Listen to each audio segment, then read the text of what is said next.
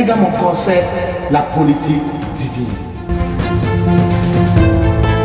Qu'est-ce que la politique divine? Un point de vue divin sur la chose politique.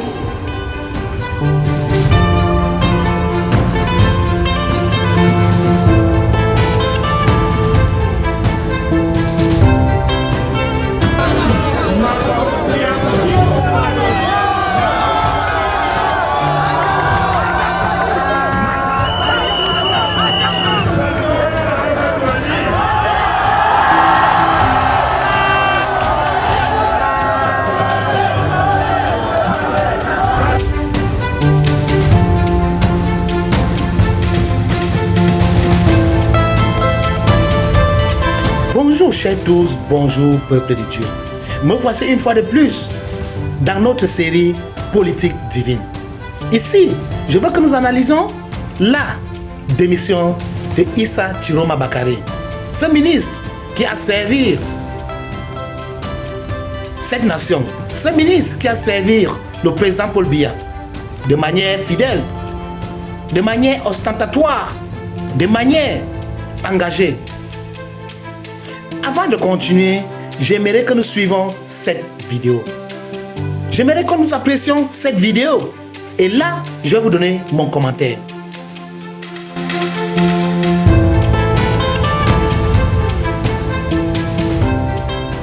Bien, votre carrière fait de vous, si j'ose dire, un des caïmans du marigot politique national.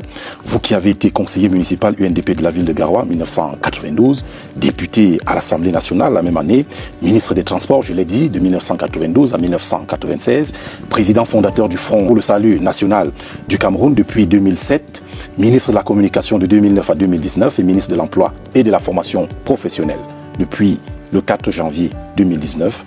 Êtes-vous prêt à compléter ce CV, votre CV, en 2025 pour couronner en quelque sorte votre carrière au sommet? Qu'est-ce que vous entendez par là? Êtes-vous prêt à aller aux élections comme candidat?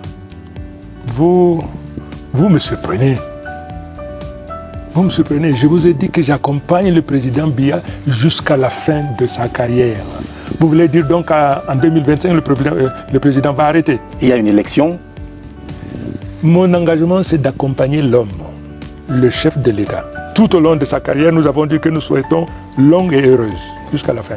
Si en 2025, le président Biya se porte candidat, je n'ai pas remis en cause mon engagement à le soutenir. Je ne l'ai pas remis en cause.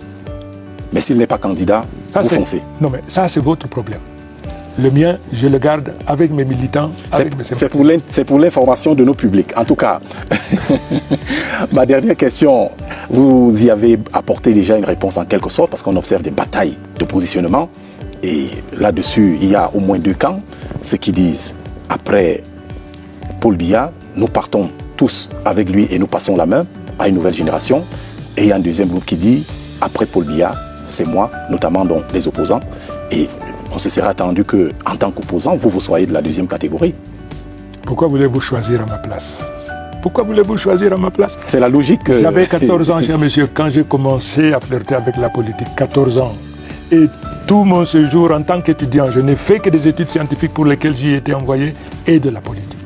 Je suis probablement l'un des plus anciens, sinon l'un des plus vieux dans ce domaine-là. Comme on dit, on n'apprend pas à un singe à faire la grimace. Permettez que dans le retrait, dans le secret du silence, dans la méditation, dans l'observation, que mes militants et moi, qu'on se recueille et qu'on décide de l'avenir de notre parti, le moment venu. Vous anticipez, c'est vrai, gouverner c'est anticiper, mais quand il s'agit de la politique et de Chiroma, il y a toujours des limites. Est-ce que Biya va continuer ou pas? Biya continue, je l'accompagne. Biya ne continue pas, là les militants vont décider du devenir du parti et de leur président. Merci beaucoup. Je veux que nous notons quelque chose ici. Je veux que nous notons qu'il a dit que si le président continue, il est avec lui. Mais si le président ne continue pas, il n'est pas avec lui. Je veux que nous analysons ceci. Je veux que nous analysons ces faits. Est-ce que le ministre Issa Chiroma ici veut nous dire que le président Paul Biya n'est plus en vie? Ou bien est-ce qu'il veut dire que le président Paul Biya veut donner un remplaçant qui est peut-être Franck Biya? Ou bien est-ce qu'un Ngongo veut prendre en otage le Cameroun? Chers tous, peuple de Dieu, je ne veux pas que nous soyons distraits dans cette effervescence. Je ne veux pas que nous soyons distraits en ces moments. Je vous pose la question, toi qui m'écoutes, toi qui me suis, est-ce que tu as déjà la carte électorale? Est-ce que tu vas aller voter ou tu es encore spectateur sans carte électorale? Je vous ai dit dans mes précédentes vidéos, je vous ai dit 2025 ne sera pas comme d'autres années. 2025 ne sera pas comme 2018. 2025, je vous ai posé la question. Je vous ai dit, c'est une année électorale. Mais je vous ai posé la question, est-ce qu'il y aura vraiment des élections? Une question. Je vous ai posé la question, est-ce que des élections seront repoussées? Parce qu'il y a des choses qui sont indéniables. Déjà, jusqu'à ce niveau, on peut dire, on ne voit pas, on ne ressent pas que nous sommes en année électorale. Et il n'y a pas cette effervescence dans le RDPC. Jusqu'à présent, le président Paul Biya n'a pas parlé de sa candidature, s'il va aller aux élections ou pas. Il n'a rien dit. Jusqu'à présent, on ne sent pas l'effervescence électorale comme nous avons senti dans des années précédentes. Qu'est-ce que ces gens veulent nous dire? Issa Chiroma, ministre fidèle à Paul Biya.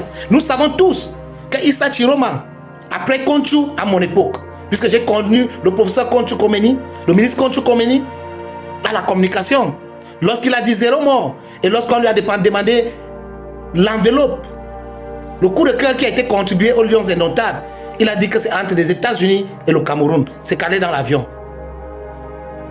Après lui, un autre ministre qui a impacté, surtout pendant cette période très dure pour le Cameroun, pendant la crise anglophone, c'était Issa Chiroma Bakary.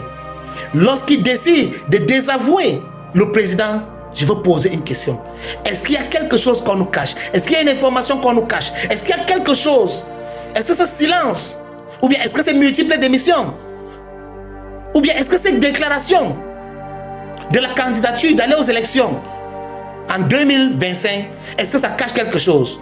Non seulement Issa Chiroma, nous avons aussi vu là le ministre Bello Bouba Maïgari du ministère du Tourisme. Il s'est aussi levé pour poser sa candidature.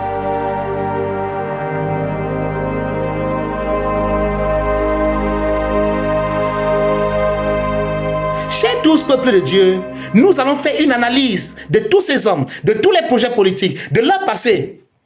Nous allons mettre tout ça sur la scène politique et avec ça, nous allons venir sur une conclusion. Mais ne parlons pas seulement. Passons à l'acte. Et qu'est-ce qu'il faut faire maintenant? Il faut aller s'inscrire sur les listes électorales. Il faut vous assurer que vous avez récupéré votre carte. Et nous attendons les élections. Car j'ai l'habitude de vous dire, the future is pregnant. L'avenir nous reste enceinte. Ici, c'est votre serviteur, le un, unique, la bouche et les yeux de Dieu sur terre, Apostle Youssi. Merci de vous abonner, merci de vous partager. À très bientôt. Chers tous, ciao. Ah.